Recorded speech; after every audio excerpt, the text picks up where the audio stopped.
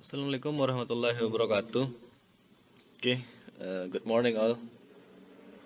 Oke, semoga sehat selalu ya eh, hari ini. Alhamdulillah, bagi yang masih diberikan kesehatan untuk pertemuan kita yang ke-8 ini. Oke, jadi pada pertemuan yang ke-8 ini kita akan membahas tentang variabel penelitian. Sebenarnya eh, kemarin itu sebelum masuk ke penentuan hipotesis dan menentukan teori, kita bahas ini dulu sebenarnya. Cuman ya memang kesalahan saya, tapi ya oke lah. Soalnya agak kebanyakan masih bingung ini variabel itu apa sih sebenarnya. Nah, oke. Oke, jadi khususnya ini untuk variabel apa untuk penelitian yang kuantitatif. Nah, ini sangat penting untuk mengetahui variabel penelitiannya itu. Nah, karena fungsinya apa? Variabel ini berfungsi nanti untuk menentukan teorinya. Nah, untuk membatasinya biar nggak melebar kemana-mana dan juga untuk merumuskan hipotesisnya juga. Nah, itu dia fungsi variabel. Apakah untuk hanya untuk penilaian kuantitatif saja? Enggak, yang kualitatif juga ada variabelnya, biar nggak merebal kemana-mana. Nanti kalau ditanya variabelnya mana, ya ini jawabnya. Itu. Oke baik, ini semuanya saya ambil dari buku. Apa sih itu variabel? Nah, segala sesuatu yang berbentuk apa saja yang ditetapkan oleh peneliti untuk dipelajari. Nah, sehingga diperoleh informasi hal tersebut kemudian ditarik kesimpulan. Nah, ini dia. Bahasnya apa misalnya yang akan dibahas? Oke, pengaruh misalnya bimbingan konseling terhadap minat belajar mahasiswa di sekolah. Nah, jadi variabelnya itu pengaruh bimbingan konseling dengan minat belajar. Nah, berarti antara dua itu yang dicari. Jangan nanti dicari juga misalnya di luar dari variabel kedua variabel itu. Jangan. Oke, next. Ini tentang definisinya aja ya. Kerlinger, konstruk atau sifat yang akan dipelajari. Nah, ini. Itu sifat yang akan kita pelajari itu apa? Tema atau topik itu. Nah, jangan nanti pengaruh bimbingan konseling terhadap nanti bahas juga apa misalnya membahas tentang tingkat spiritual. Nah, kok beda lagi nanti topiknya. Jangan melebar kemana-mana. Oke, kemudian variabel penilaian adalah suatu atribut atau sifat atau nilai dari orang, objek atau kegiatan yang mempunyai variasi tertentu yang diterapkan oleh peneliti untuk dipelajari. Nah, kemudian ditarik kesimpulan sama sih sebenarnya untuk yang awal ini. Kemudian ada berbagai jenis. Nah, ini macam-macam variabel. Nah, ini ada namanya independen. Yang nama independen berarti bebas ya. Independen itu atau disebut juga variabel bebas, stimulus, prediktor atau antecedent. Nah, dia yang memberi stimulus, yang mempengaruh. Nah, kira-kira kalau yang kita lihat di topik ini, motivasi belajar terhadap prestasi belajar. Siapa sih yang mempengaruhi dan siapa yang dipengaruhi? Nah, itu. Yang mempengaruhinya ini, misalnya, nah ini. Yang mempengaruhi motivasi belajar. Yang dipengaruhinya adalah prestasi belajar. Berarti kalau ini motivasi tinggi, nah misalnya, berarti ini berpengaruh. Pengaruhnya apa? Nilainya bagus misalnya. Ini kalau motivasinya rendah, ini juga menjadi turun. Itu dia. Kemudian dependent variable yaitu output atau kriteria atau konsekuen. Nah, masuk konsekuensi dari hasil dari ini, variabel independen tadi seperti saya bilang. Nah, kemudian ini ada variabel moderator. Nah, variabel moderator ini itu sebagai penyela biasanya. Nah, ini bisa kita lihat definisinya ini. Variabel yang mempengaruhi atau hubungan antara variabel independen dengan dependen. Nah, variabel disebut juga sebagai variabel independen kedua. Nah, hubungan perilaku suami dan istri akan semakin baik kalau mempunyai anak. Nah, dan akan semakin enggang kalau ada pihak ketiga ikut mencampuri. Nah, di sini anak adalah sebagai variabel moderator yang memperkuat hubungan dan pihak ketiga adalah sebagai variabel moderator yang memperlemah hubungan. Hubungan motivasi dan prestasi belajar akan semakin kuat bila peranan guru dalam menciptakan iklim belajar sangat baik. Nah, ini misalnya. Tadi misal di sini. Ini kita kembali ke sini aja ya. Nah, motivasi belajar ini sangat berpengaruh misalnya terhadap prestasi belajar. Tetapi ada variabel lain misalnya yang juga bisa mempengaruhi prestasi belajar. Misalnya cara guru mengajar atau iklim suasana belajarnya. Nah, itu dia menjadi variabel moderator. Kira-kira ya bukan hanya motivasi belajar yang mempengaruhi, ternyata misalnya guru juga. Nah, tapi itu biasanya kemungkinan muncul juga, tapi itu muncul biasanya setelah kita ke lapangan. Nah, itu dia. Misal kita sudah ini susun bagus-bagus keduanya, ternyata ada variabel lain yang berpengaruh di lapangan. Bisa aja. Nah, kalau di sini kan perilaku suami dan perilaku istri. Berarti perilaku suami itu berpengaruh kepada perilaku istri. Nah, nanti anak menjadi moderator. Nah, misal perilaku suami baik kalau misalnya jumlah anaknya lebih sedikit atau jumlah anaknya lebih banyak. Nah, bisa aja kalau meneliti perilaku suami terhadap perilaku istri. Kalau misalnya ini topiknya atau variabelnya. Tapi kalau variabel lain bisa juga tadi, misalnya motivasi belajar, penyalahnya iklim belajar. Kemudian ini ada namanya ini variabel intervening. Nah, ini oke, ini Inggris ya. An intervening variable is that factor that theoretically affect the observed phenomena but cannot be seen, measured, and manipulated. Nah, ini dia hampir sama dengan variabel moderator tadi. Akan tetapi, nah ini dia nggak tampak jelas, maksudnya itu nggak tampak jelas di sini. Memang benar-benar ada ketika kita sudah terjun ke lapangan. Nah, iya, misalnya, oke, ini, oke, misalnya variabel independennya penghasilan. Nah, jadi kalau ini independen, nah ini dependen ya. Berarti kalau penghasilan tinggi, harapan hidupnya juga semakin bagus, sejahtera. Kalau penghasilannya rendah, harapan hidup juga semakin rendah atau agak miskin ya. Nah, kemudian, oke, ini variabel moderator tempat tinggal ya. Tempat tinggal variabel moderator mempengaruhi juga, bisa juga ini harapan hidup. Tapi kalau misal penghasilan tinggi misalnya, tapi misalnya tinggalnya di daerah kumuh. Nah, nanti ini juga berpengaruh ke sini. Nah, kemudian ada variabel intervening. Ternyata yang mempengaruhi misalnya harapan hidup juga gaya hidup. Dalam arti kata misalnya ini penghasilannya tinggi, oke, kemudian tempat tinggalnya bagus, ini moderatornya. Kemudian karena gaya hidupnya juga nggak sesuai dengan penghasilan, ini juga akan berpengaruh misalnya. Nah, itu dia. Itu variabel intervening menurut Tuckman. Nah, ini dia. Dia hampir sama sih sebenarnya dengan variabel moderator.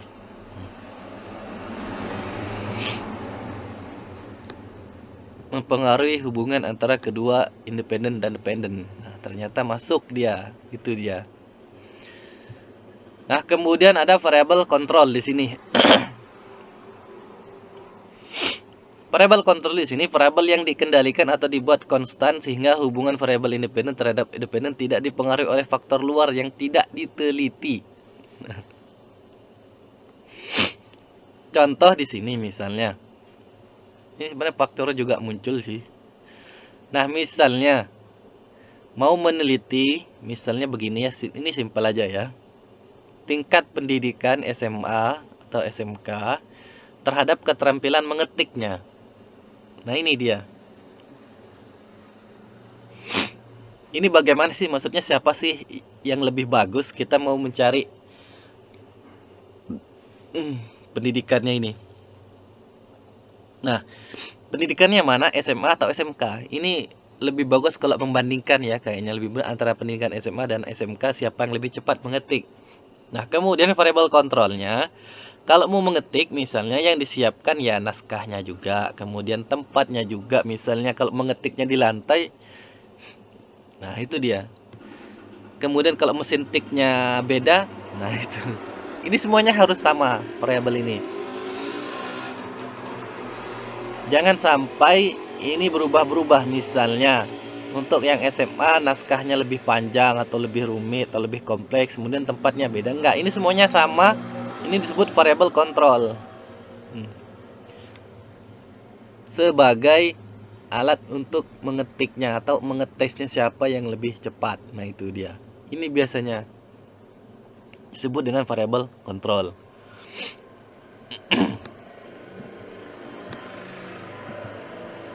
Nah, kemudian next. Ini ada namanya paradigma penelitian.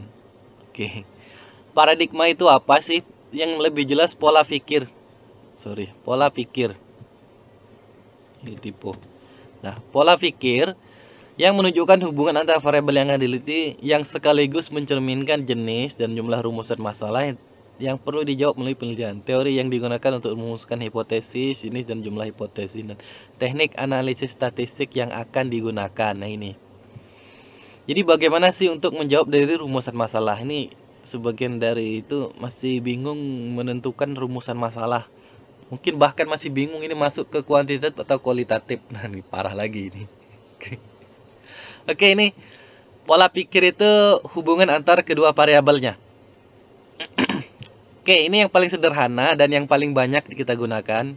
Mungkin di penelitian orang rata-rata saya lihat variabel yang sederhana ini yang dipakai untuk bagi yang pemula. Yang rumusan masalahnya kuantitatif atau penelitian kuantitatif itu. Oke, ini dilambangkan X sama Y ya. Ini variabelnya aja, ini cuman jalan berpikirnya itu bagaimana.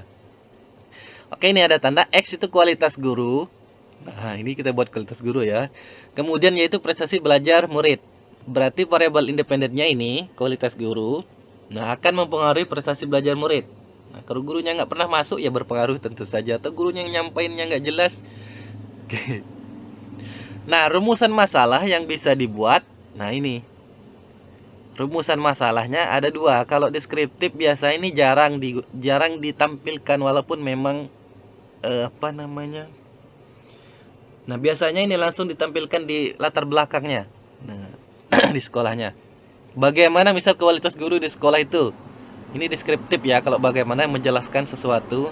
Kemudian bagaimana prestasi belajar murid, misalnya lemah, tinggi di sana. Setelah kita melakukan observasi ini, nggak mungkin kalau nggak melakukan observasi.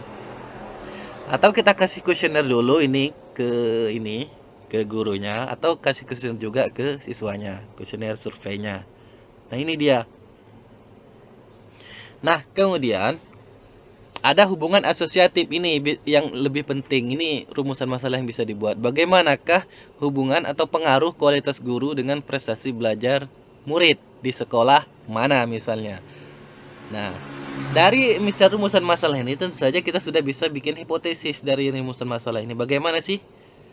Nah, ada pengaruh misalnya yang signifikan antara kualitas guru dengan prestasi belajar murid. Dalam arti kata, kalau kualitas gurunya bagus, maka prestasi murid juga bagus. Itu hipotesis yang kita buat. Hipotesis HA-nya. Atau H. Kemudian ada HO. Nah, misalnya HO kan biasanya dinegatifkan, tidak ada pengaruh. Nah, kemudian setelah kita melakukan ke lapangan, ternyata kualitas gurunya bagus, tapi prestasi belajar muridnya juga tetap turun. Nah, nanti hubungannya negatif, nggak sesuai harapan kita. Apakah hipotesis kita diterima walaupun tadi nggak sesuai hipotesis yang kita buat, ya tetap diterima walaupun kenyataan di lapangannya ditolak. Nanti ada variabel-variabel ini, misalnya kenapa? Misalnya ternyata muridnya nggak pernah memperhatikan, ataupun gurunya bagus ternyata kelasnya berantakan atau nggak sedap, nggak ada AC-nya, nggak dingin. Nah, itu nanti dijelaskan variabel yang mempengaruhi kalau misal hipotesisnya tidak sesuai harapan. Nah, kemudian ini paradigma yang agak rumit. Biasanya ini ada 4 variabel ya. Ini 1, 2, 3, 4. Nah, ini YY ini adalah variabel yang dipengaruhinya. Nah, itu dia. Kualitas input, kualitas proses, dan kualitas output di sini. Paradigma sederhana menunjukkan hubungan antara satu variabel independen dengan satu variabel dependen secara berurutan. Nah, itu dia. Untuk mencari hubungan variabel X1 dengan X2, X2 dengan X3, dan X3 dengan Y disebut digunakan teknik kolerasi sederhana. Nah, ini digunakan dalam nanti data statistik ya, udah masuk ke data analisa. Nah, naik turun harga Y dapat diprediksi melalui persamaan harga si Y atas X3 dengan persamaan Y A plus BX. Nah, ini udah masuk ke rumus statistik agak rumit kita. Oke. Nah, ini yang berurutan, misalnya kualitas juga akan mempengaruhi proses, kemudian proses akan mempengaruhi kualitas outputnya, kualitas output akan itu akan menghasilkan kualitas outcome, penghasilan. Nah, ini biasanya kalau rumusan masalah seperti ini di dalam ekonomi ini banyak itu maksudnya. Kemudian ini ada variabel ganda dengan dua variabel independen. Variabel ganda, paradigma ganda dengan dua variabel independen. Nah, di sini misalnya, nah kalau yang kita yang awal-awal nanya paling enggak 3 variabel aja lah yang dipakai. Ini lebih variabel sederhana, dua variabel independen x1, x2, kemudian mempengaruhi y di sini. Nah, berarti yang pertama dicari X1-nya, nanti deskriptifnya, bagaimana kompetisi guru di sekolah tertentu, kemudian juga bagaimana lingkungan sekolahnya. Nah, emang ini kita emang mau mencari dari awal. Kemudian, nah, dari kedua ini, bagaimana sih pengaruhnya terhadap prestasi belajar murid. Nah, ini sebenarnya dari sini ke sini juga dicari bagaimana kompetisi guru terhadap prestasi belajar, kemudian bagaimana X2 ini mempengaruhi prestasi belajar murid. Nah, ini misalnya saya bikin judul pengaruh kompetisi guru dan lingkungan sekolah terhadap prestasi belajar murid di sekolah bla bla bla. Jika digunakan 3 variabel, 2 variabel independen dan 1 variabel dependen. Kalau saran saya enaknya kalau masih pemula gunakan variabel yang sederhana dulu. Oke.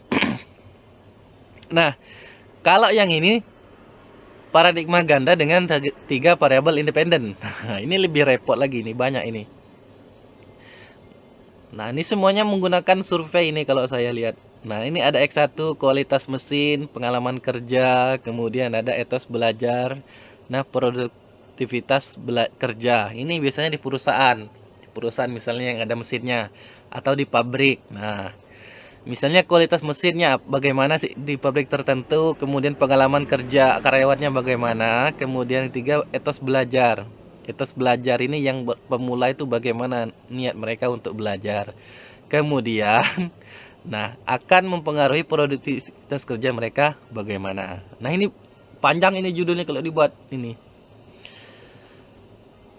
Ada 3 variabel independen. Oke, the next. Nah, ini juga lebih mudah. Ini adalah 1 variabel independen, kemudian ada 2 variabel dependen. Nah, ini bagaimana sih mempengaruhinya? Ini coba lihat pola pikirnya. X1 tingkat pendidikan, kemudian ini disiplin kerja, nah karir di tempat kerja. Berarti cara mencarinya bagaimana? Bagaimana sih tingkat pendidikan terhadap karir di tempat kerja? Apakah berpengaruh atau enggak? Apakah semakin tinggi pendidikan, karir tempat kerja semakin bagus. Kemudian dicari juga apakah tingkat pendidikan berpengaruh terhadap disiplin kerja. Apakah kalau tingkatnya rendah, disiplin kerjanya juga rendah. Ini biasanya untuk meneliti di sebuah perusahaan. Nah, oke, saya kira ini sih ada beberapa paradigma sederhana untuk menentukan variabel penilaian atau pola pikir atau theoretical framework ini disebut juga. Nah, yang ini theoretical framework atau kerangka berpikirnya bagaimana sih arah jalan penelitian yang akan kita lakukan itu. Oke. Ini tolong diperhatikan untuk variabel terutama yang penelitian koordinat. Oke, saya kira itu sih sedikit penjelasan. Kalau ada yang masih bingung silahkan ketik aja pertanyaannya. Dibuka dulu videonya ini, diketik pertanyaannya. Yang masih bingung silahkan ditanyakan. Di kolom komentar ketik aja. Oke, terima kasih. Wassalamualaikum warahmatullahi wabarakatuh.